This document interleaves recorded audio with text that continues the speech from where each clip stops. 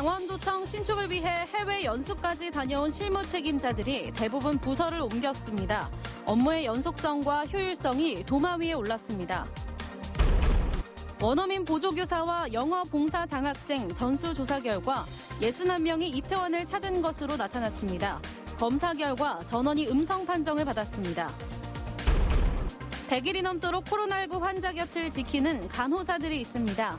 간호사의 날을 맞아 이들의 사투 현장을 찾았습니다. 최근 텔레그램 정착취 대화방 N번방 사건 관련 운영자들이 검거되는 가운데 디지털 정착취 범죄가 잇따르고 있습니다.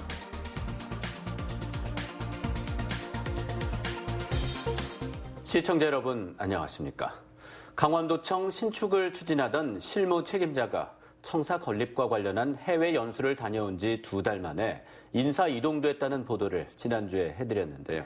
다른 연수 참여자들도 대부분 청사 건립과 관련 없는 부서로 이동해 연수 따로, 업무 따로가 아니냐는 비판이 일고 있습니다. 허주희 기자가 보도합니다. 이달부터 본격 시작된 강원도 청사 신축 사업. 청사 신축을 앞두고 지난해 12월 다녀왔던 미국 연수 계획서입니다. 연수를 다녀온 지 2개월 만에 단장을 맡았던 기획조정실장이 인사 이동되면서 문제가 됐습니다. 청사 관리 담당은 지금 근무하고 있습니까? 과장님 답변에 있다 없다만 말씀하세요. 그래서 다른 연수 참여자들은 청사 건립 업무를 하고 있는지 확인했습니다. 해외 연수를 다녀온 도청 직원은 7명. 이 가운데 연수단을 총괄했던 기획조정실장은 행정안전부로 복귀했고 홍보를 맡았던 비서실 소속 직원은 올해 2월 사직했습니다. 청사 관리팀에 있던 직원은 승진되면서 청사 건립과는 무관한 부서로 인사 이동됐습니다.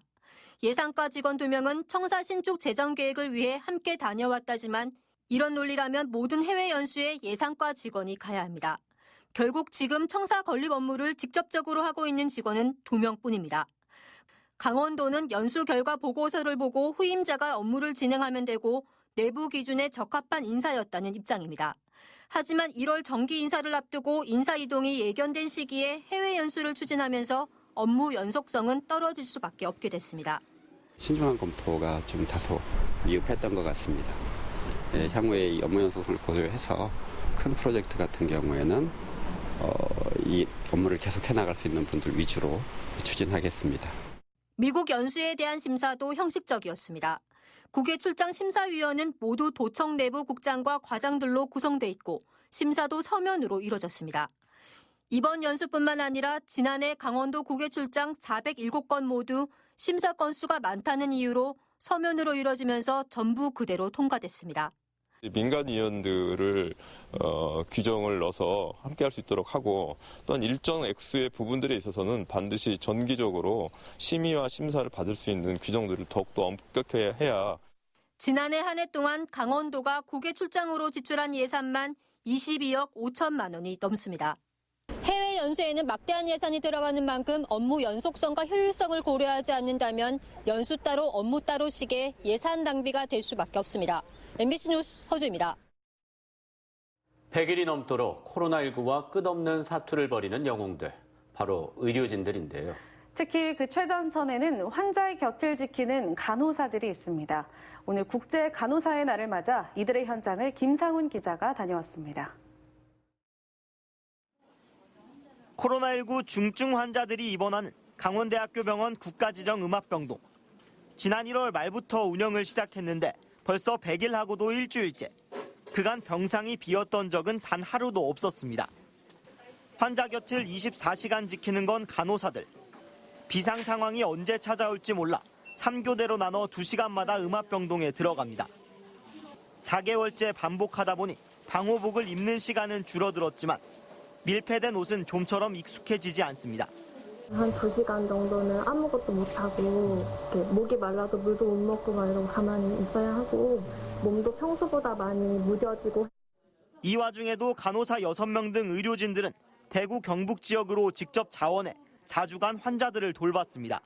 갑자기 350명의 확진자분들을 진료보기 위해서 이제 하기에는 저희가 이제 인력이나 이제 경험이 없었기 때문에 이제 처음에 좀 그걸 많이 이제 힘들어했었고. 혹시나 가족이나 친구들에게 바이러스를 옮길지도 모른다는 우려에 간호사들은 퇴근을 해도 혼자 방 안에서 머무르다 출근하고 있습니다. 집에서 거의 있고 그냥 집에 가면 아마 간호사들은 거의 다 잠자고 밥 먹고 또 시간 되면 출근하고 이게 다인 것 같아요. 힘겹게 병마와 싸우던 환자들이 퇴원할 때마다 보람을 느끼지만 최근 환자가 다시 늘고 있다는 소식에 다시금 힘이 빠집니다. 저도 이제 끝난 줄 알았는데 이제 다시 또 이렇게 시작되는 거 보니까 많이 허무하기도 하고. 국제 간호사의 날, 자신들을 위한 날에도 격려 행사조차 열지 못하고 끝까지 사투를 벌이는 간호사들. 모두가 힘을 합쳐 이 싸움을 멈추는 것이 이들의 유일한 바람입니다.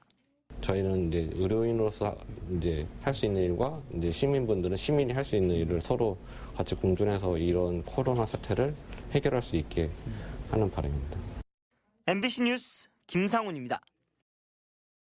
최근 텔레그램 성착취 대화방 N번방 사건 관련 운영자들이 검거돼 주변에 충격을 주고 있는데요. N번방이 아니더라도 우리 주변에서 여성을 대상으로 한 디지털 성착취 범죄가 잇따르고 있습니다. 황구선 기자입니다. 15살 A군은 채팅앱에서 만난 11살 소녀를 협박해 소녀의 나체 동영상을 받아냈습니다. 동영상을 보내지 않으면 집으로 괴한들을 보내겠다고 신변을 위협했습니다. 19살 B군도 채팅에서 알게 된 14살 여성에게 특정 신체 부위 사진을 넘겨받아 음란물을 제작한 혐의로 징역 2년 6개월에 집행유예 3년을 선고받았습니다. 19살 C군 등 고교 남학생 3명은 지난해 C군 집에서 함께 술을 마시다 취한 17살 D양을 성폭행하고 스마트폰으로 동영상을 촬영했습니다. 최근 재판에 넘겨졌는데 검찰은 이들에게 징역 4년 이상을 구형했습니다. 동의 없이 동영상을 촬영하거나 음란물을 제작하는 디지털 성착취 범죄가 10대를 비롯한 젊은 층을 중심으로 빠르게 확산되고 있습니다. 온라인 접근도가 높은 10대에서 20대 젊은 층을 중심으로 성착취물을 심각한 범죄가 아닌 소비나 공유 대상으로 생각하는 잘못된 인식이 범죄를 부추기고 있다는 게 전문가들의 진단입니다. 온라인상에 이런 피해 성착취물을 올리거나 같이 공유하거나 이런 것들에 대해서 마치 게임이나 오락거리로 여기는 그렇게 생각하는 경우들이 많이 있어요. 이거 범죄로 인식하지 못하는 거죠. 최근 사회에 충격을 주고 있는 텔레그램 성착취물 대화방, 즉 N번방과 비슷한 사건들이 우리 주변에서 잇따르는 겁니다. 디지털 성범죄를 엄단할 수 있는 관련법 제정이 시급해 보입니다. MBC 뉴스 황구선입니다. 강원도가 가장 공들이는 분야 중 하나가 수소산업인데요. 삼척시가 오늘 수소자동차를 도입해 시승 행사를 가졌습니다. 도내 수소 충전소는 아직 한 곳도 없지만 삼척에서 이달 말 시험 가동을 준비하고 있어 관심을 끌고 있습니다. 유인호 기자가 보도합니다. 삼척시가 국내에서 생산한 수소자동차 석 대를 도입해 시승 행사를 가졌습니다. 민간 보급에 앞서 관용차를 먼저 구입한 겁니다. 일단은 뭐 소음도 적고 그리고 또 승차감도 좋고 그리고 아주 안정성도 있는 것 같습니다. 삼척시는 올해 민간에 수소자동차 169대를 보급할 계획입니다. 작년에 충전소가 없어 보급하지 못한 것까지 2년치 물량입니다. 차량 구입 가격은 한 대에 7천만 원 정도, 이 가운데 4,250만 원을 보조합니다. 첫째로 이제 수소차 보급을 하고 충전소 건설 그리고 생산 시설까지 이렇게 해서 대한민국 정말 미래를 내다보는 수소 에너지 거점 도시로서의 그런 기반 구축에 이렇게 아마 첫 발을 내딛는 그런 계기라고 보시면 될 것 같습니다. 수소 충전소는 이달 말 시험 가동을 시작할 예정입니다. 33억 원을 들여 5분동에 짓고 있습니다. 수소를 가득 충전하면 600km를 주행할 수 있고 한 번 충전하는 데는 10분 정도 걸립니다. 단점은 삼척을 벗어나면 도내에 충전소가 아직은 하나도 없는 겁니다. 전국적으로 운영 중인 충전소도 25곳에 불과합니다.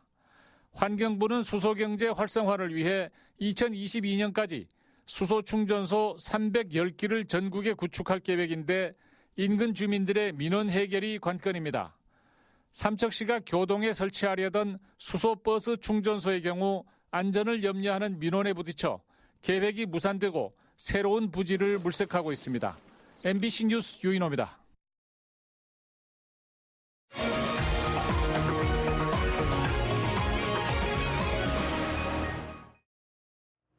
서울 이태원을 방문한 강원도 원어민 보조교사가 늘었지만 현재까지 검사 결과는 모두 음성으로 나왔습니다.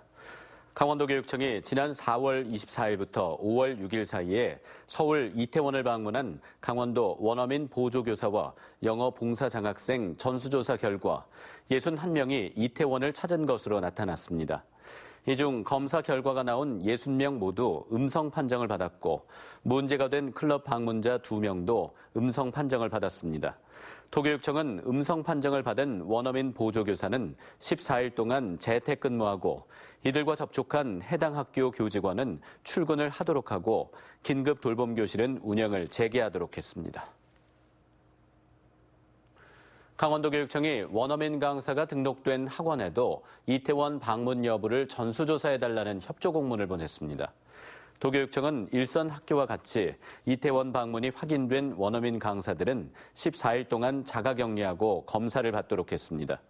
만약 해당 원어민 강사가 음성 판정을 받더라도 14일 동안 재택근무하도록 요청했습니다. 현재 강원도에는 95개 위국어 학원에 183명의 원어민 강사가 등록돼 있습니다. 이태원 클럽이나 음식점 등을 방문해 코로나19 진단검사를 받은 사람이 도내 337명으로 파악됐습니다. 강원도는 클럽 방문자 43명을 포함해 지난 연휴 기간 이태원에 다녀온 337명이 진단검사를 받았고 이 가운데 203명은 음성, 나머지 134명은 검사가 진행 중이라고 밝혔습니다. 지역별로는 원주가 92명으로 가장 많고 춘천 72명, 강릉 44명 등 양구를 제외한 17개 시군에 모두 분포된 것으로 조사됐습니다. 방역당국은 지난 연휴 기간 이태원에 다녀온 도민들은 선별진료소에서 무료 검사를 받을 수 있다며 서둘러 검사를 받으라고 당부했습니다. 앞으로 20년 동안 추진할 강원도 권역별 종합계획 초안이 완성됐습니다. 강원도는 오늘 오후 강원연구원에서 내년부터 2040년까지 진행될 강원도 종합계획 수립 용역 1차 보고회를 열고 도민 800명의 설문조사 결과를 반영한 강원도 종합계획 초안을 발표했습니다. 특히 북방 평화 경제권 거점, 웰니스 도시 공동체, 동부가 일일 생활권 중심을 3대 목표로 춘천과 원주를 스마트 융복합 산업벨트로 조성하는 등 오는 12월까지 권역별 발전 방안을 확정할 계획입니다. 코로나19 등 감염병 위기에 대응하기 위해 강원도가 바이오메디컬 혁신파크 조성을 추진합니다. 강원도와 홍천군은 오늘 도청에서 업무 협약을 맺고 서울대 시스템면역의학연구소와 면역항체 분야 기업들과 함께 바이오메디컬 혁신파크 조성에 협력하기로 했습니다. 협약을 맺은 바이오 기업 두 곳은 조성 초기에 기업 연구기관을 이전하기로 하고 강원도와 홍천군은 국비사업 유치와 혁신파크 이주기업 지원 등 행정적, 재정적으로 지원할 계획입니다. 오늘 오전 8시 40분쯤 춘천시 동래면 중앙고속도로 양구 방면 춘천 나들목 부근에서 25톤 트럭이 넘어졌습니다. 이 사고로 운전자 62살 A씨가 숨졌고 트럭에 있던 석재가 일부 도로에 쏟아졌습니다. 경찰은 석재를 가득 실은 트럭이 구분 연결로 구간을 빠져나가다 넘어진 것으로 보고 정확한 사고 원인을 조사하고 있습니다. 춘천 MBC가 지난 8일 보도한 인제 수산리에 방치된 지뢰가 군 폭발물 처리반에 의해 수거 조치됐습니다. 육군 3군단은 인제군 남면 수산리에 군 폭발물 처리반을 투입해 한국전쟁 당시 아군이 매설했다 유실된 것으로 추정되는 M7A2 지뢰 한 발을 수거했다고 발표했습니다. 이와 관련해 한국지뢰연구소는 이번에 지뢰가 발견된 인근 야산을 중심으로 또 다른 지뢰 목격이나 피해 사례가 있다며 빠른 시일 내 지뢰 탐사 작업에 나서겠다고 밝혔습니다. 춘천시 마을자치지원센터가 오늘 창립 이사회를 열고 본격적인 업무를 시작했습니다. 마을자치지원센터 이사회는 위원장으로 성기룡 시민주권위원회 위원장을 선출하고 이사와 센터장 등도 임명했습니다.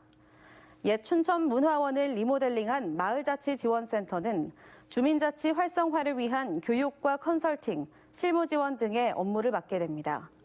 춘천시는 마을자치지원센터 설립과 운영을 통해 성공적인 자치분권이 이루어질 것으로 기대한다고 밝혔습니다. 올해 치러진 제9회 변호사 시험에서 강원대 로스쿨의 합격률이 전국 25개 로스쿨 가운데 가장 낮았습니다. 법무부가 공개한 2020년 제9회 변호사 시험 합격자 통계에 따르면 강원대 로스쿨은 응시자 79명 가운데 26명만이 합격해 32.9%의 합격률에 그쳤습니다. 1위인 서울대 로스쿨과의 합격률 격차는 47.9%포인트까지 벌어졌습니다. 특히 이번 변호사 시험의 전국 평균 합격률인 53.3%에 크게 못 미치는 성적을 보였습니다. 춘천 시립공공도서관이 비대면 안심대출 서비스를 종료하고 단계별로 대출 서비스를 재개합니다.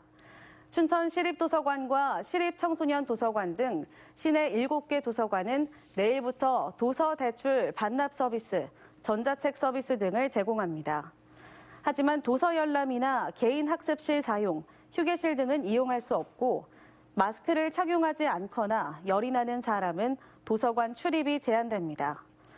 이후 학교가 전면 개학하는 시점에 맞춰 2단계 운영을 시작할 예정입니다.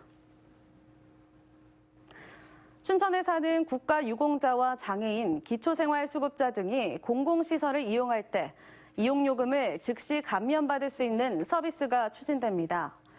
춘천도시공사는 기존에는 관련 증명서를 보여주거나 제출해야만 요금이 감면됐지만 앞으로는 이용자가 자신의 인적 사항만 알려주면 즉시 요금을 감면받을 수 있는 시스템을 구축합니다. 요금 감면 대상 시설은 스카이워크와 구곡폭포, 국민생활관과 시민복지회관 등 모두 39개 시설입니다. 도시공사는 다음 달부터 시스템을 구축해 오는 9월에는 적용될 수 있도록 하겠다고 밝혔습니다.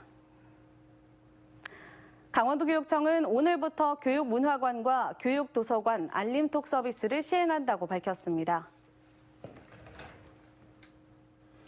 이상으로 뉴스데스크 강원을 마칩니다. 시청해주셔서 고맙습니다.